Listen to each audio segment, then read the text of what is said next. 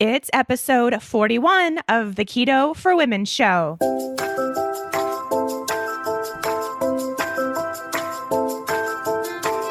You're listening to the Keto for Women show, and I'm your host and nutritionist, Shawn Miner. This show is designed to empower women to find their own expression of the keto diet to maximize their health and happiness. Now let's get started with today's episode.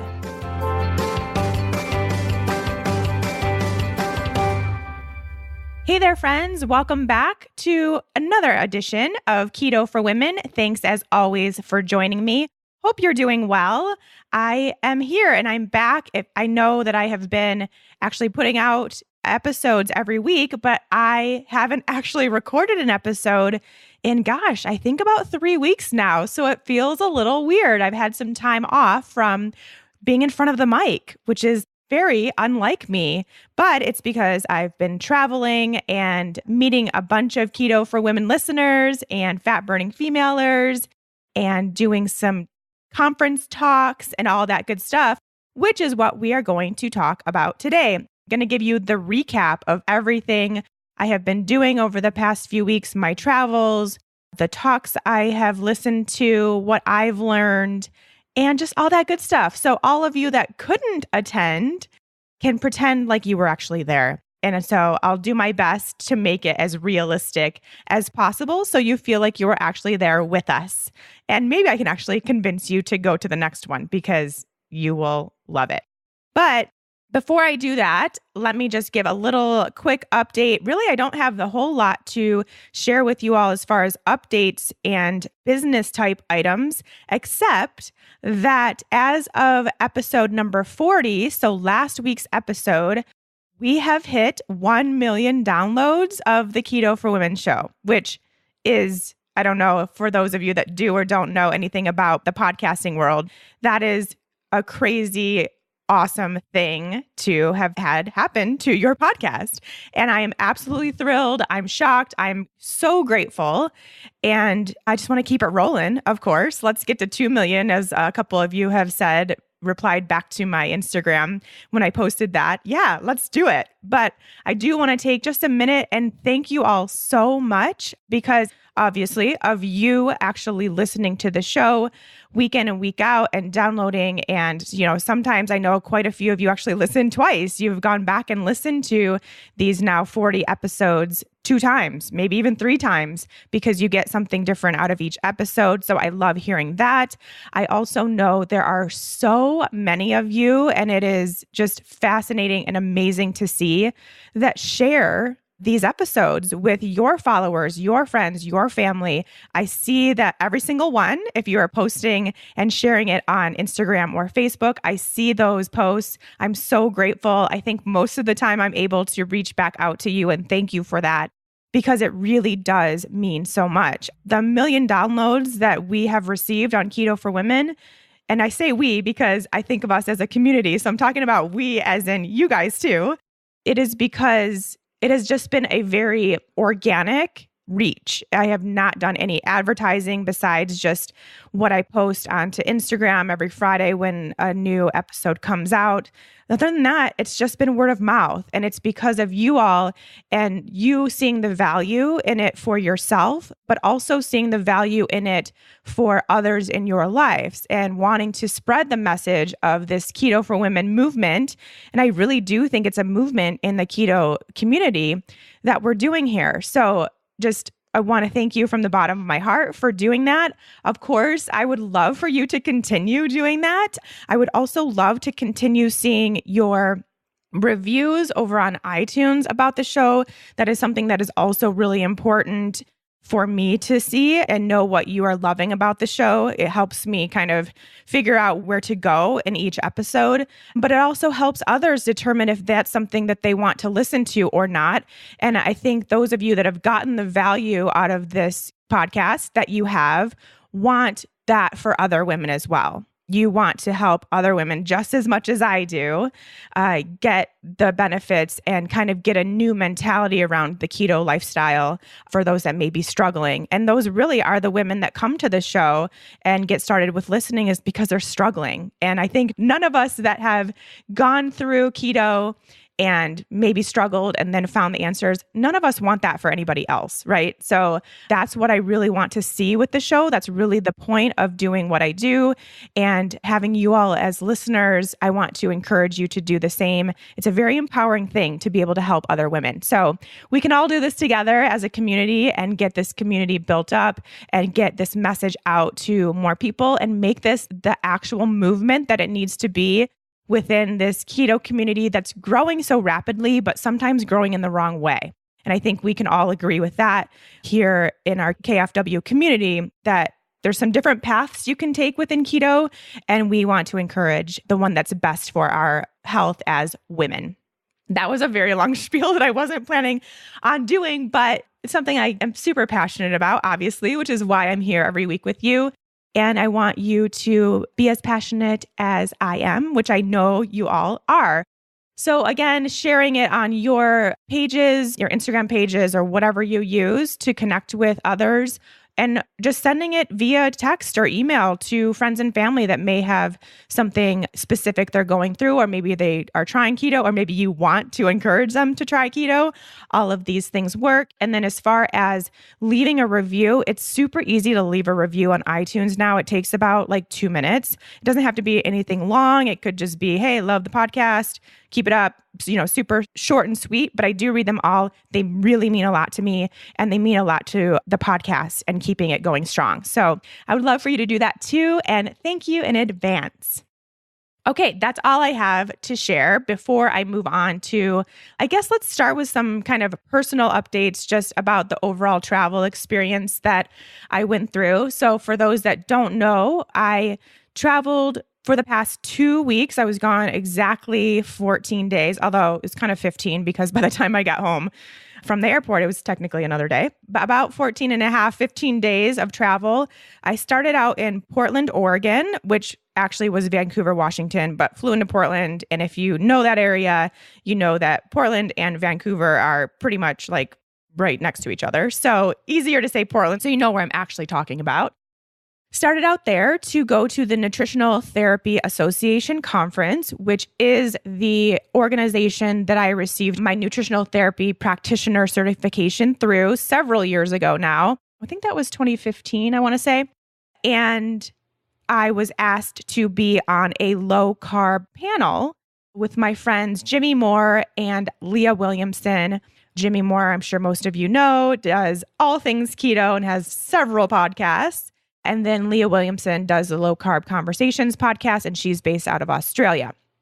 So we all got together and did a panel together.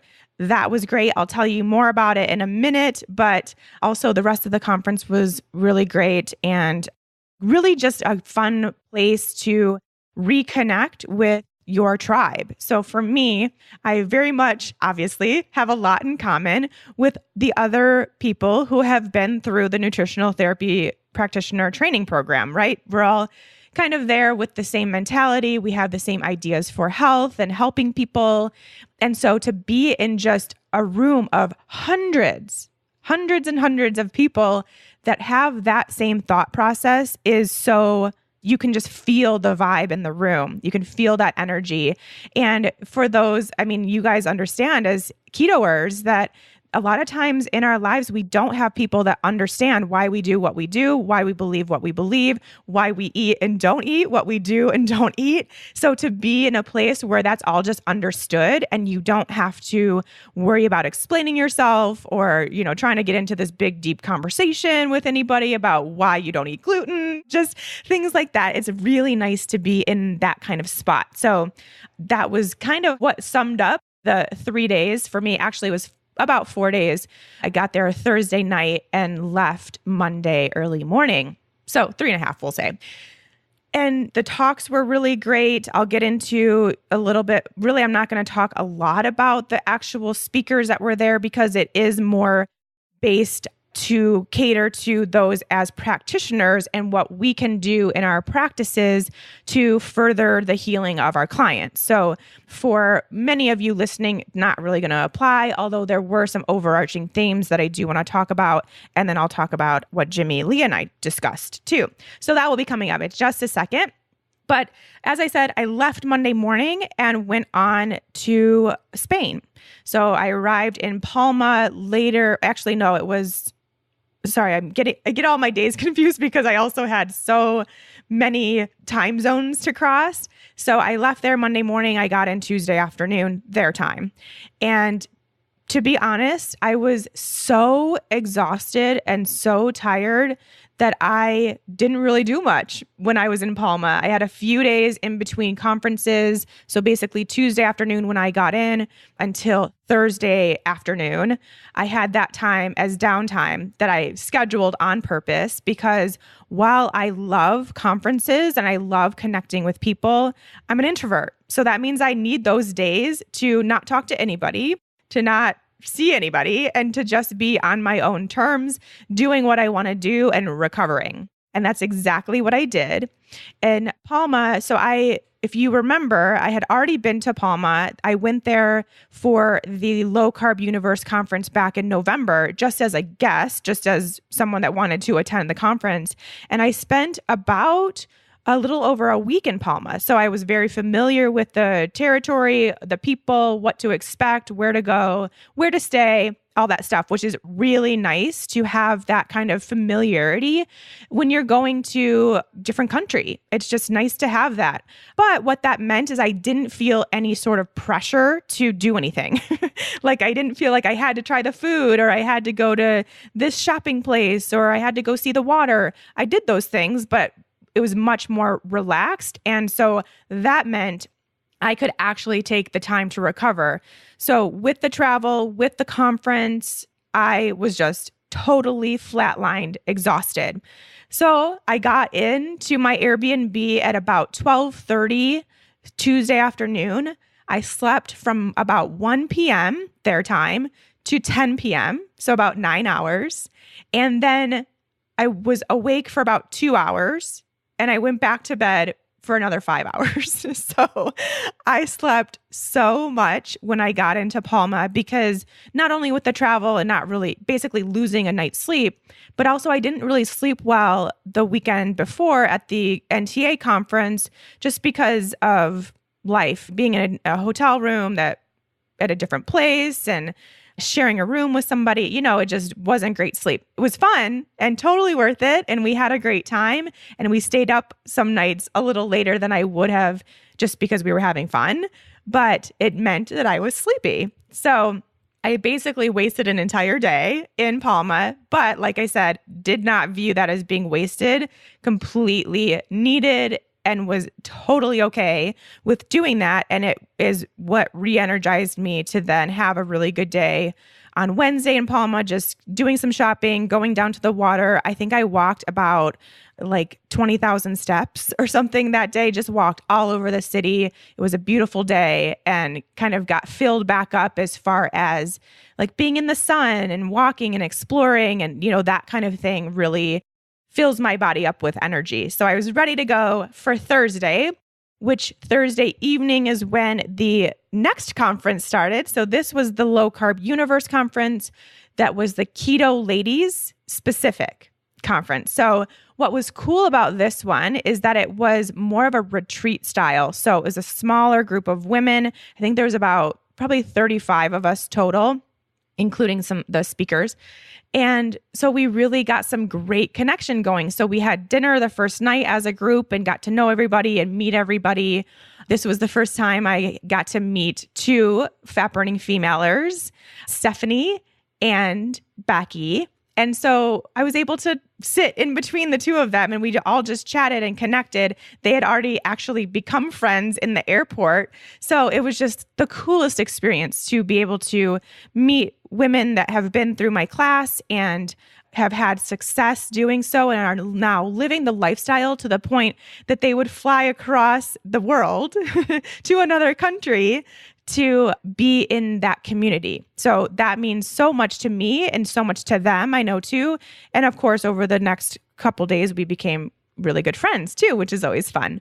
But that kind of kicked off that weekend. And then like I said, how that works is it's more retreat style, which is so great because we do talks in the morning. So we have speakers in the morning talking about different subjects. And in this case, it was very keto ladies specific. So we're talking to the women in the group because that's all that was there, besides one man who was our technical guy, technical support, and he's the husband of one of the coordinators. So it was built to be speakers in the morning, and then we have lunch together, and then you have options during the afternoon. So you can go to a workshop where those speakers from the morning are doing a little bit more intimate or different type of talk where it's more of a interactive thing. You have chance to ask questions and just be more in a conversation type place, or you can go do your own thing. So if you'd rather go take a walk or go work out or sleep, take a nap, whatever you want to do, you have that free time to yourself, which is so nice and so important when you're in this kind of conference type setting, which I think we can all agree, if you've been to any type of conference, you need that downtime a little bit. So I love that they have that built in, and it helps that you're in this amazing place. So same spot that we were in for the Low Carb Universe back in November. It's on the island of Mallorca, which is an island off of Spain, in this particular place called Sawyer, Soller, pronounced Sawyer in an American accent. I don't think it's actually pronounced that way for anybody else, but that's how I say it. And it is the most beautiful, magical place to be. And this is now the second time I've been there, and it was just as beautiful, just as magical, just as calming. And just, I love it there. So a really awesome place to be. So if you do want to take a walk, you can have the most gorgeous walk. You can go lay on the sand. You can go put your feet in the ocean, and it's right there. Everything is right there. But then also you're in this amazing resort type facility, which is a hotel, but then they have like 2 pools outdoors that look out onto the ocean. They have a spa. They have an amazing gym. They have sauna, steam room, just everything you could ever want. And so you really are getting this kind of like pampered type feeling while being at a conference. And it makes it so incredibly enjoyable and a totally different experience than any other conference you'll ever go to. So I'm kind of not trying to sell you, but I'm trying to sell you on potentially going to the Low Carb Universe 2018 conference that'll be in November. And I believe those dates have been announced. So you can go to the lowcarbuniverse.com. I'll make sure to link to it in the show notes here and just see if that would even be a possibility for you. I don't know if I'll be there, but regardless, you should definitely go. But that's kind of the setting, just to set you all up for what we were doing and what it was like to be there. We had amazing weather, which was great, amazing food. All the food is, or I guess lunch and dinner, which is plenty because they're huge meals, are all provided as part of the conference experience. And they just do top-notch food, all low carb keto, very easy to eat. You just eat such amazing, good, high quality, tons of veggies, really awesome meats. And they make these crazy good sauces that just make everything so keto delicious. It's phenomenal. So that was the setting of the second conference. And I was there until Sunday late afternoon. I actually spoke at this conference. I had my talk Sunday morning, and then I had my workshop Sunday late morning because it was the end of the conference. I closed it out. I closed out the show. And I'll talk to you more about what I talked about and those specific talks in a minute. But then I left and I went with my friend Stephanie Dodier, who has been on the show before. She also has her own podcast called Beyond the Food. So we are kind of decided to take a workcation and travel a little bit after the conference, just since we were already both over in Europe, and she's from Canada. I'm from the US. So we both had to travel quite far to get there. So it made sense just to make a little bit of a trip out of it. And we decided that Portugal was going to be our stop. So flew over to Portugal on Sunday night and landed in Lisbon late Sunday, checked into our Airbnb, and immediately went to bed, obviously. We were both pretty tired out, and I was actually very tired on Monday too. And again, we're both introverts. And again, with that situation of being in a room with so many people for the entire weekend. It's so great and so much fun, but it's also pretty draining and we needed to recharge. So we were kind of expecting Monday to be a pretty low energy day, just kind of checking out Lisbon, walking around the town. And then as we were walking around, we happened upon a tour guide that was just the coolest guy. He had just this amazing spirit and just so much knowledge that we randomly decided to take this little tour of Lisbon. Because one thing about Lisbon that I didn't know, I mean, I should have, but I don't know much about Lisbon well, now I do, but I didn't before I left, that it is huge. It's so big. There's so much backstory behind everything. There's so much to see, a lot of history, a lot of culture. And it's impossible, or would be impossible, to see even scratching the surface of it without doing some sort of tour, is what we were kind of finding out as we were walking around. So when we happened upon this tour guide, I was exhausted. We were actually on our way back to our Airbnb to take naps because it was like lunchtime. And we ended up taking a tour with this guy. It was just the two of us in this they look almost like the size of golf carts, but they drive a little faster and they're covered and they're really cool. So there's a bunch of these golf cart type situations that go around the city and show you basically, especially since you're kind of on your own personalized tour, they kind of show you whatever you want to see. So for me, I'm very into looking at the views of places where I go. So especially in Lisbon, because it's built on hills, there's so many great views, great viewpoints in the city. So I really wanted to get to all of those. Stephanie's more into the history, so she wanted to see some of the churches and buildings and things like that. So we were able to do a combination of both. We were able to get some really amazing lunch. On the way, I told him I wanted some meat, so we stopped at this really great pork. Actually, it's just kind of overall shop, but they have the most amazing pork ever. So he knew that that was going to be something we wanted. So we were able to stop off there, which is awesome. And just had this nice little guided tour of the city for the afternoon, and then came back and kind of crashed. We were really tired. And then we spent Tuesday just really being super chill, got a bunch of work done, just went to the local coffee shop, which is another thing that I love to do in different countries, is kind of just pretend like, okay, if I were someone that was doing what I do in Boulder, but in a different location, what would I do on a daily basis? And, I would go find the best coffee shop. I would sit there for a few hours and do my work. I'd take a walk and go kind of just to the park and things like that. And that's exactly what we did that day. And it was really great. And yeah, I had amazing food. We went out to a really good dinner that night. Some of the best food I've ever had, actually, in Lisbon. And then we wrapped up on Thursday. I left Thursday morning. She's staying in Portugal for a month, actually, in a different location, doing some more just kind of digital nomad stuff since she works from her computer as well. And I came back home. And I must say, I was so excited to get home. It's a very cool experience to be excited to travel, but then be just as excited, if not more so, to come home, because I absolutely adore where I live. And I love just being home. It's a great feeling. So very excited to be back. I've been back. It's now Sunday, been back a few days and trying to get back into my normal sleep schedule and routine. And it's proving to be quite difficult, but I'm working on this jet lag thing as best as I can. So that's kind of my story about the actual trip and what I've been doing. And I know it was a very long kind of personal journey, but hopefully you don't mind me getting a little personal here on Keto for Women occasionally. But now let's talk about what I learned, because this is something I really like to do and gives me kind of more of a purpose when I'm at these conferences, is that, yes, I want to learn some things for myself, but more so I want to learn more things that I can explain to you or just kind of share with you for those that couldn't be there, or just to get more information from different people.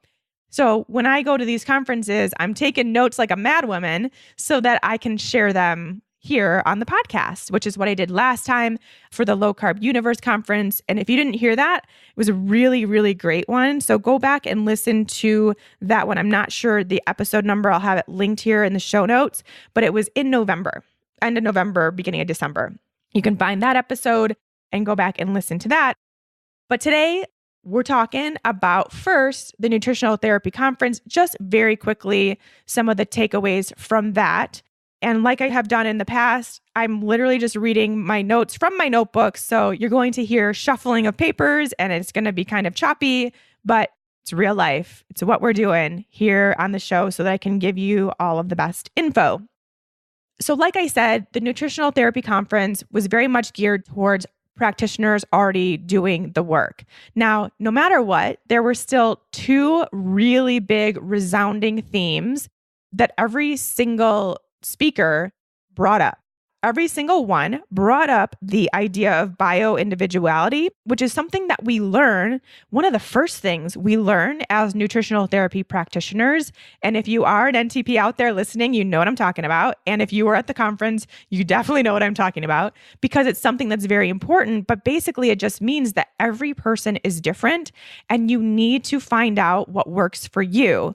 Now, if you're a practitioner, that means that you need to do what's best for your clients on an individual basis. And if you're actually someone working on your health, which is what we're doing here in the KFW community, you need to find what works best for you. And that is something that I have been promoting and really talking about on pretty much every episode of this podcast, that keto is amazing and keto works for a lot of people. And especially when done in a very health promoting way, which is what we talk about here in Keto for Women and what I do in my Fat Burning Female project. But no matter what, you've got to drown out the noise. Like there's a lot of noise that happens really in every community, whether it's paleo, vegan, keto, healthy eating, macro counting, blah, blah, blah. Whatever type of eating you're doing, there's so much noise and there's so many people willing to listen to that noise. And that noise is other people telling you what to do for your body. And like, if you just hear that, that doesn't make any sense. Why is someone else telling you exactly what to do for your body? And then you do it and you don't feel good. You don't like it. It's not working for you, but yet you keep doing it because someone else told you. And that person doesn't know you. That person isn't in your body. That person doesn't know your background or what your goals are or anything like that. So we really need to continue to remember this important piece, which is that you are the person responsible for you and your health and your goals, which means find out what's best for you and don't be afraid to go against what someone else has told you.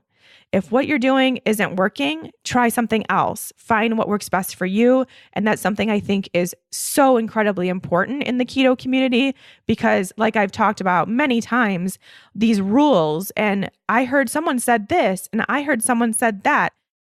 That happens so much. I see it every single day in all my classes and with all the ladies I'm helping, all these things that come up that we don't know if we should take to heart or not, that we don't know if we should do for ourselves or not. And every single time I answer, it depends on what you want. It depends on how you feel and what's going to make you successful, what's going to bring you the health goals you're looking for. It has no bearing what someone else is doing. So that's something was just, I guess, amplified or also talked about quite a bit in other lines of the nutrition space and something that was brought up in every single talk. So it's not just me saying this, it's a real thing. You have to find out what works for you. It's called bio-individuality. We're all different. And then another big theme that was actually kind of a theme in both of the conferences that I absolutely love, and again, something else very much talked about here frequently by myself on the Keto for Women show, is that dieting doesn't work.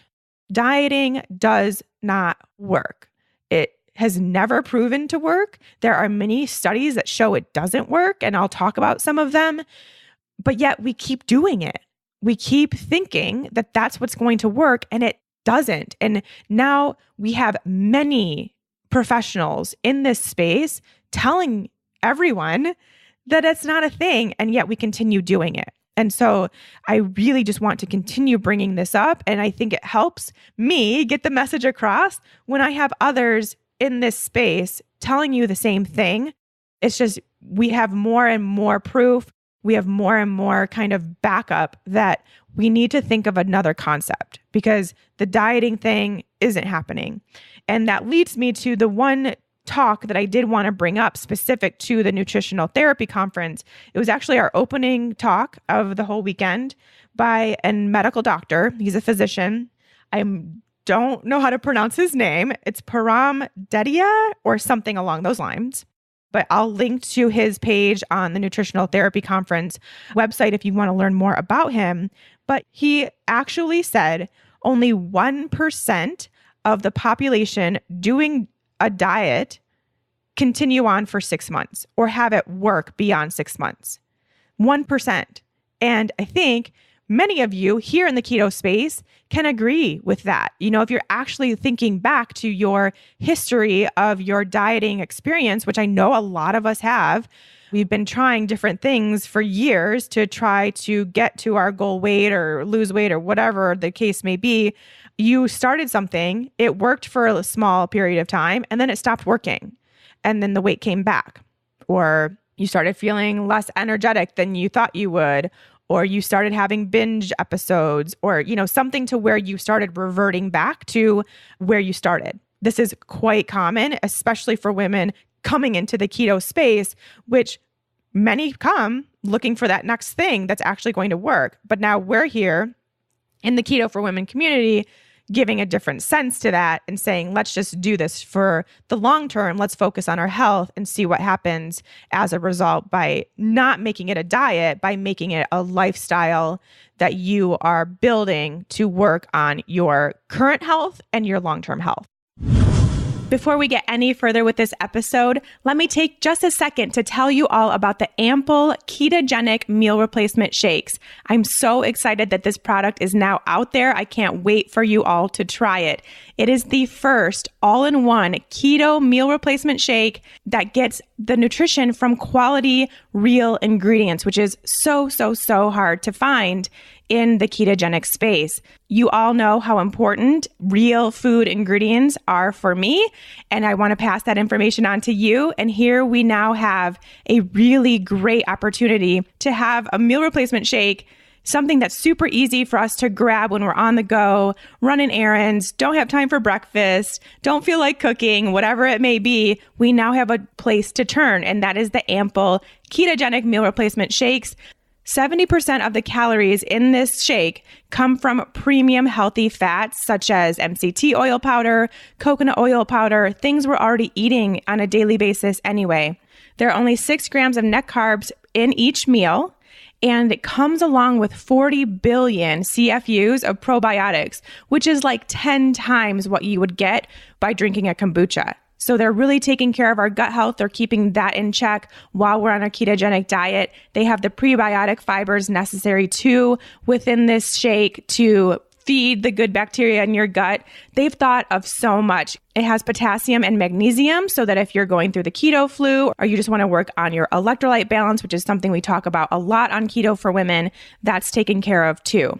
And the best part is it actually tastes amazing. I taste so many ketogenic products. Most of them I don't like, so I don't even tell you about them, but I love the flavor of these Ample shakes. You're going to love it. I can't wait for y'all to try it. In order to do so, because they are a sponsor of the Keto for Women show, you lucky listeners get 15% off your order when you go to amplemeal.com and use the coupon code keto4women15 at checkout. That's amplemeal.com and use the coupon code keto4women15 to get your 15% off your first order. I will make sure to have this information linked in the show notes so you can get easy access to your 15% off.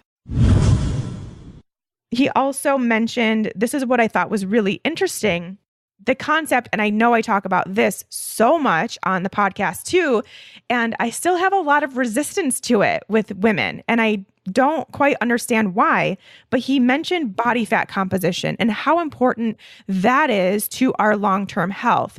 Now, with women wanting to lose weight, we get really focused on the number on the scale, how our clothes are fitting, but we forget about the relationship of the amount of fat on our body versus the amount of muscle on our body. And that's what body fat composition is. So you can alter quite easily. In many cases, you can alter your body fat composition by doing the right workouts for you, by strength training, building muscle, high intensity interval training, those kinds of workouts that are best for you. You can change your body fat composition, and that is what we should be focusing on much more so than what the scale says, because many times if you're changing your body fat composition and actually increasing your muscle mass, the scale is not going to move and it may even go up. But yet you are building muscle, which involves increasing your health, increasing your metabolic capacity, and your strength, obviously, your structural integrity, your movement patterns, all this stuff just improve. But yet the scale doesn't move. And it's like, who cares at that point? Not to mention, you start seeing changes in how you appear, like your appearance, how your clothes fit, all that stuff. And that's really what we should be focusing on. Yet there's so many women still just like the scale, and not making any changes to their fitness level or their workout schedule or challenging their bodies or working on increasing their muscle mass. And so this doctor actually talked about you can be obese, which, there's kind of, I don't know even what the borderline comes at nowadays, but if you are even technically seen as being obese based on the number on your scale, if you're fit, which would be that body fat composition, then it actually lowers your health risks from 7 times to 2.5 times. And I'm pretty sure, I didn't write this down, I'm pretty sure that actually was speaking about cardiovascular risk, but you are able to diminish your risk of heart disease to pretty much that of anybody else just by being fit, even though your technical weight would determine you as being obese. So we really need to consider that if we are here talking long-term health.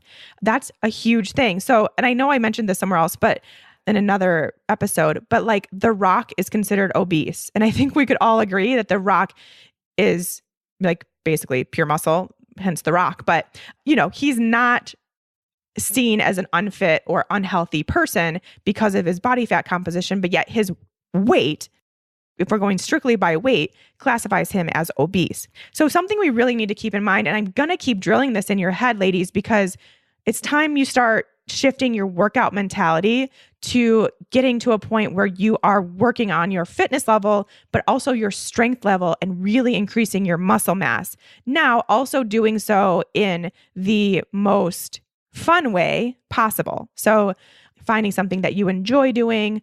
And when I say enjoy, it's not going to be like, oh my gosh, I'm so excited to go do this every day, but something where you feel really good when you're doing it. You feel really good afterwards. Like right now, I just started going to a lifting class at 6:30 in the mornings. Like I don't super want to go come 6 o'clock when my alarm goes off, but I go anyway. I have to kind of, get myself motivated on the car ride there with some good music. And I'm so happy once I'm there doing it, and especially afterwards. So it's not always going to be like rainbows every time you think about the workout you're doing, but it's more so the endorphins and how you feel afterwards that are really important too. And then the last thing I wanted to point out about his specific talk, and this is just a quick one, sleep is so important. He actually, I think, is a director of a sleep clinic or something. Like that's his main thing that he studies and helps people with is their sleep. But he said no healing protocol out there will work if you don't have proper sleep. And so we can apply this to keto by saying you can do keto like a mad woman all day, all night, forever. But if you're not sleeping well, it's not going to work. You're not going to feel those benefits of the ketone production. You're not going to have any changes in your body fat or in your moods or your energy, all that stuff, if you're not sleeping well. So please take it seriously. Okay, that's enough of nutritional therapy talks. Now I want to move on to the Low Carb Universe, Keto Ladies Talks, because we had some really great ones. Not going to talk about all of them because there were a lot. Let's see, there was probably, 10 of us that were speakers, but I do want to point out a few, and I'm just going to go through some of the highlights of the ones that I really thought you would resonate with. So we kicked off on Friday morning with my friend Stephanie, who I just mentioned. First of all, she's an amazing public speaker. She's been public speaking even in her past career before she became a nutritionist.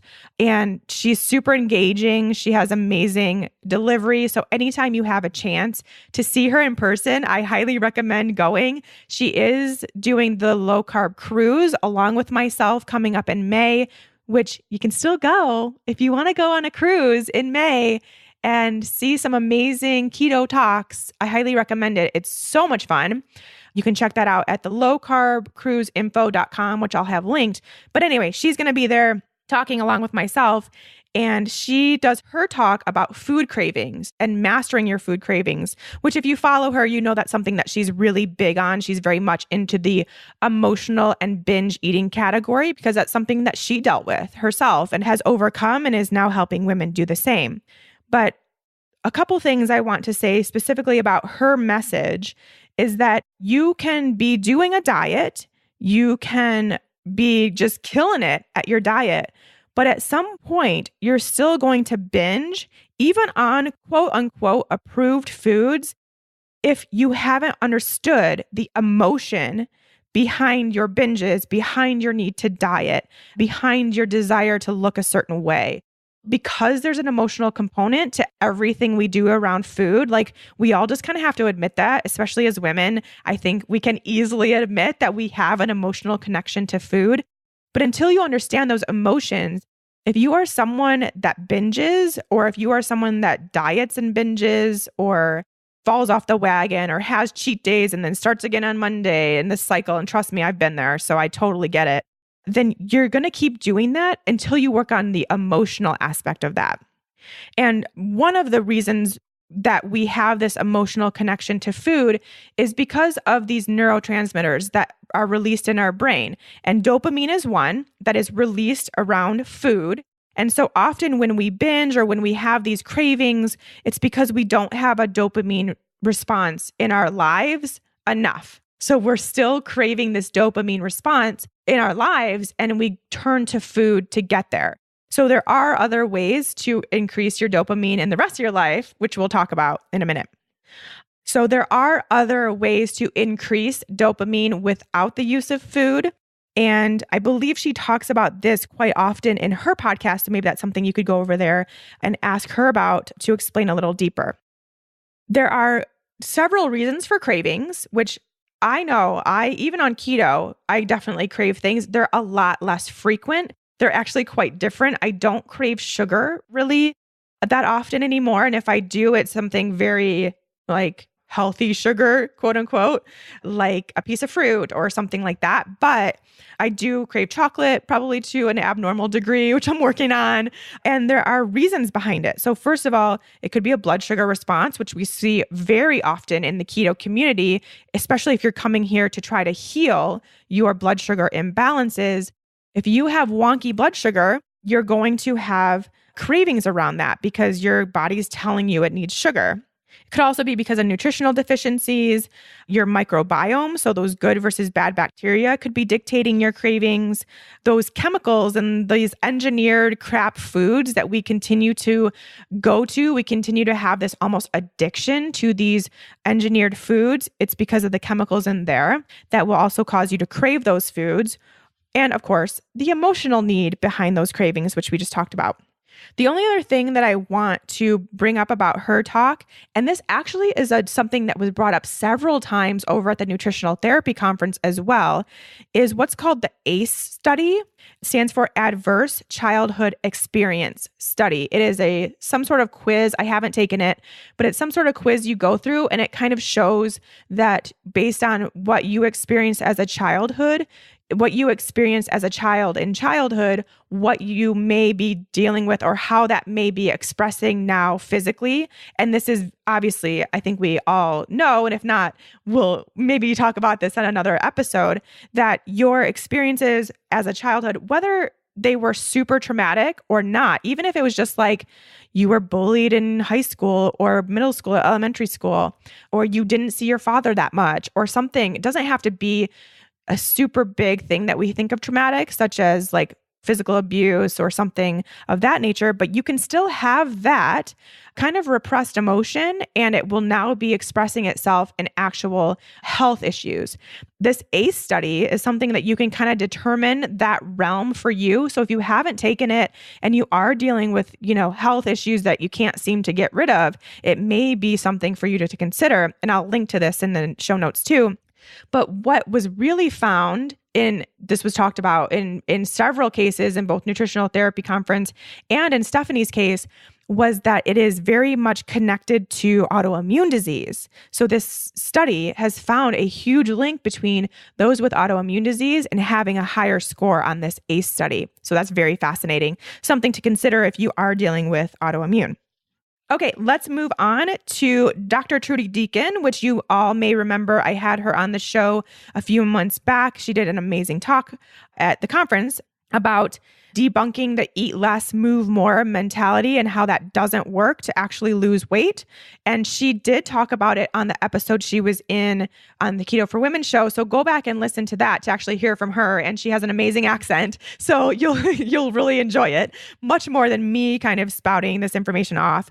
But I did want to bring up one thing that she mentioned that is just, again, this proof from not only these professionals, but actually studies. And I think a lot of you probably remember this study or have seen it, the Biggest Loser study. So they looked at Biggest Loser participants 6 years after they had been on the show, and there was this obvious reduction in metabolic capacity or their metabolic rate beyond just what would normally happen if you lose weight. So, of course, as you become a smaller person, your body needs less energy to get through the same capacity of daily activities and life.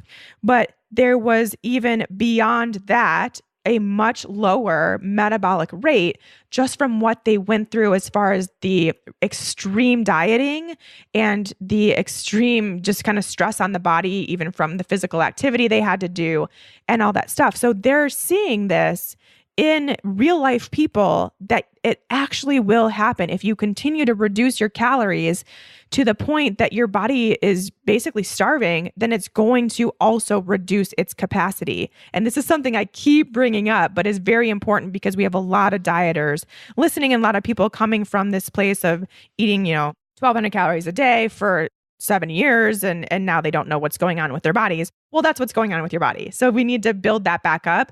And that's one of the best things that I do in the Fat Burning Female Project for ladies is we work on building up your metabolic capacity again, which is so important for long-term health and to actually finally get you to any sort of weight loss you need to do for your health. One thing that she did mention at the end, and I don't have the resource of where she found this, or this is just me kind of regurgitating information, so I don't know the accuracy of this, but I kind of believe it. And that is, she said, you can produce up to 600 grams of excess glucose in your body just because of stress. Like, I kind of believe that. I think she's pretty accurate on that, depending on what type of stress and how frequent it is. But really, if you are someone that's in a stressed out state, and this is just continuing on with that message, you got to control your stress. Same with sleep. You can continue to do everything right. But if you're so stressed out, nothing's going to happen. And we know that blood sugar is very much the reason why many of us hold on to weight, why many of us continue to have health issues, why many of us can't get into ketosis. It's because of your blood sugar and the excess glucose in your blood. And it could very easily be because of stress. So this is just kind of proof of that coming from a different source. Okay, moving right along. One thing I did want to mention really quick about not all, but most of the speakers at the Keto Ladies Conference, we all had some pretty serious health issues. So there were 3 or 4 of us that had, I think actually 4 that had autoimmune disease that was put into remission by low carb, high fat eating. PCOS, there was at least 1, maybe 2 with PCOS. There was 1 gal specifically with like really intense mental health issues, like panic attacks and mood disorder, to the point where she couldn't leave her house until she went keto. So just really important things to note, because we get a lot of this fear-based stuff out there in the anti-keto space about, oh, you can't do keto if you have autoimmune disease. Like, we have so much proof that that's not the case. It's just, there's so many success stories out there to prove otherwise that at this point, it just can't even be taken as fact. Just wanted to bring that up real quick, which leads me to my next talk I wanted to just briefly touch on, because I'm going to actually have this gal on the show. She is amazing. Her name's Jimena, and she is someone that reversed her PCOS using a ketogenic diet and now teaches people how to do the same. She's absolutely amazing. We became really good friends over the course of the weekend. She even taught me how to salsa dance and led me in a salsa dance, and it was so much fun. So I now am pretending like I'm part Latin. But we had a great time, and I can't wait to get her on the show. She has the best energy ever, and you guys are going to love her. But her talk was mainly about how PCOS is partially genetic. So if you have a history in your family of type 2 diabetes or insulin resistance, then you have a higher chance of developing PCOS, which is actually kind of, in some cases, some realms, people see it as being diabetes of the ovaries, which makes a lot of sense because it is so tied into your blood sugar response and what your blood sugar has done, or what's just in your genes, how you will genetically express your blood sugar markers. So the thing with that is that when it is a genetic predisposition, you still have the ability for that gene to be expressed or not. So regardless, you still need to have the environment necessary for that gene to basically switch on. And that gene will switch on for people with PCOS with that high insulin level. So when you have high insulin or blood sugar imbalances, then you're going to kind of switch that gene on, and it will then express as PCOS. Now, the cool thing is that you also have the ability to switch it back off. And of course, that's going to come down to balancing out your blood sugar, getting rid of that high insulin level and having nice balanced blood sugar, which of course, the first step to doing so is with a low carb, high fat ketogenic diet, but then also working on how you exercise and doing the right exercises to increase that, working on your other health issues. Like if you have other hormonal imbalances, if you're on the pill or some other birth control option, or if you're taking other sort of hormonal medication, something to look into. If you have gut issues, if you have thyroid issues, adrenal issues, there's a lot of different things that you have to work on simultaneously in order to actually fully reverse out of your PCOS. Also, your focus needs to be on healing your menstrual cycle. So with many people with PCOS, they're not having a period at all. They're having really abnormal periods. And in many cases, if not all cases, it is a lack of ovulation. So until you heal and you start ovulating, you heal your cycle and you start ovulating, that's when you can start really seeing the big changes of that PCOS no longer expressing itself. And then she talked about cleaning up your toxin exposure, which is something I'm very passionate about and talk about quite a bit. Eating around your cycle and for your cycle to promote that normal menstrual cycle, and using essential oils, which I also love.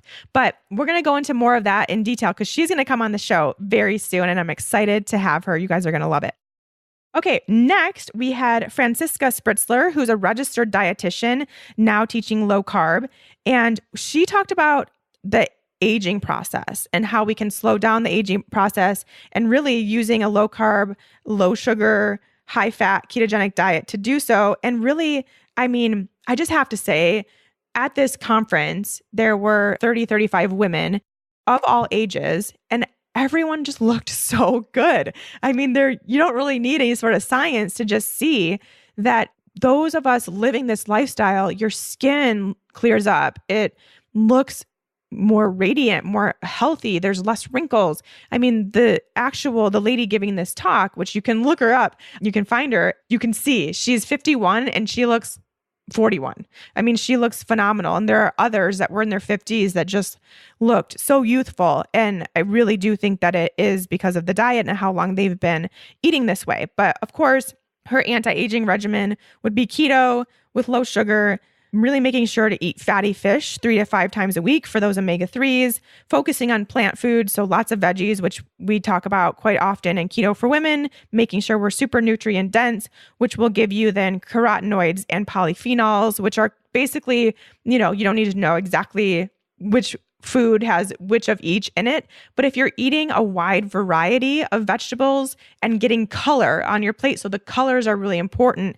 The colors are what give the different vegetables their carotenoids. So lycopene is what makes tomatoes red. So getting a wide variety of color on your plate is what's really going to help with your anti-aging and really just health overall. And then, of course, she mentioned sleep and she mentioned stress, like everybody does. And it's this resounding theme overall about just being really super healthy and focusing on your long-term health. You've got to control both of those and get into a really good rhythm.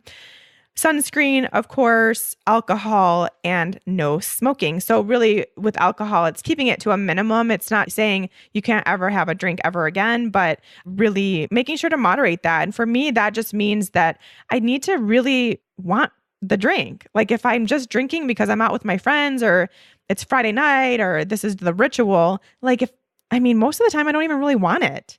It really has to be at a special occasion or just something where it sounds good and it's refreshing and seems like a good idea. And I think that's the best way to kind of decide how to moderate your alcohol.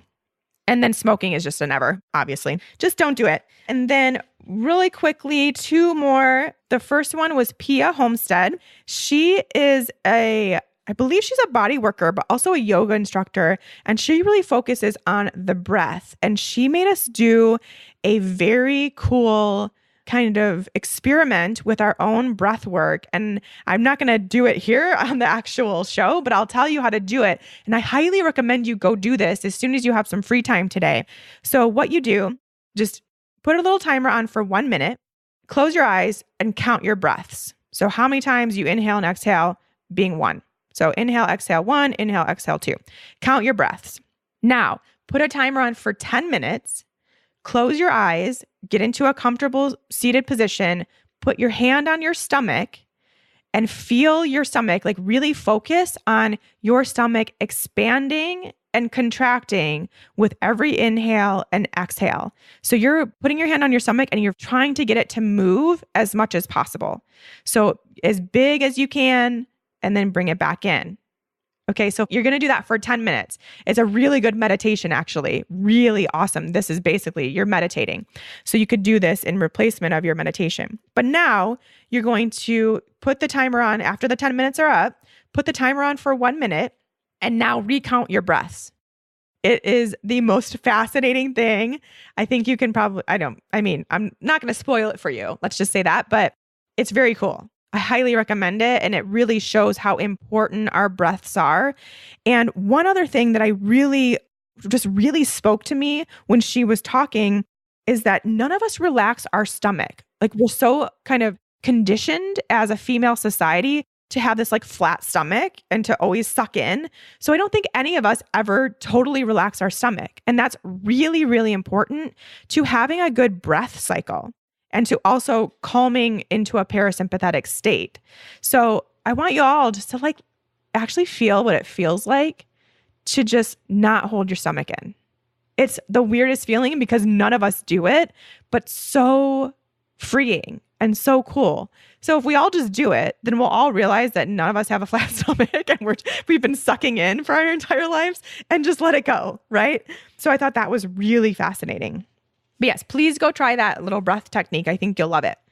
Last one. This was with Bitten Johnson, who is a sugar addiction specialist. Very fascinating topic and just some things I want to touch on. For her, what addiction means, her definition is being disconnected with the world. So you have a disconnect that has caused this mental state in your brain, and it's a specific part of the brain that handles addiction. Now, her big things, especially with sugar addiction, is that obviously the big food industry has taken a huge toll on us, and they're trying to confuse us and our brains. But then also big pharma is at play there, and just the pharmaceutical industry really also trying to control the situation. But she really believes, and I agree with her, that food addiction is the hardest addiction to work with because people don't take you seriously. So you tell someone, even a therapist that maybe doesn't know enough about food addiction, that you have this situation, and they won't necessarily take you seriously, that it isn't a real actual illness. And then the other thing is that the hardest because no matter what, you have to eat. So if you're addicted to food, you still have to go face to face, head to head with your addiction every single day, because if not, you're going to starve and die. And so it is essential for life. And yet it's something that you really have to work to manage. And I think that that's really important for those with food addiction or sugar addiction. You know, that's a challenging place to be in, and it takes a lot of strength to get you there. But it can happen. It can happen. She does say basically what she works to do is kind of rebuild the receptors in your brain. So there's biochemical repair that can happen in your brain. You can kind of retrain your brain to think in a different way about these addictions. And that's what she does. So we'll make sure to link to her information in the show notes so you can kind of find out more about her actual work. It's very, very cool. And I believe she does even have some cookbooks too. But she did give some ideas for those people who are more volume eaters who will kind of just tend to overeat. And that is basically because of a lack of oxytocin. So kind of a similar situation to what Stephanie was talking about with this dopamine need. The same thing can go for oxytocin, and it tends to lead to an overeating situation. And if that's the case, some of her tips to raise oxytocin, of course, optimal nutrition is always the first thing. So really working on your low carb, high fat, no sugar lifestyle. Taking walks in nature, which I love to do. And I always tell women to also do because it brings out a feeling that you really cannot get anywhere. And that feeling is the oxytocin being released. It's just the best feeling. Doing slow type of activity. So that could be your nature walk, where you're just kind of going at your own pace. And same thing with basically any type of movement you do, doing it at a slower pace to where you feel that release of the oxytocin and you feel really good, which also could be yoga, which she recommends. Meditation, of course. Gardening, she mentioned, which I think is a really good way to both connect with nature and be in that slow movement pattern, getting your mind off of other things and just kind of that focus situation.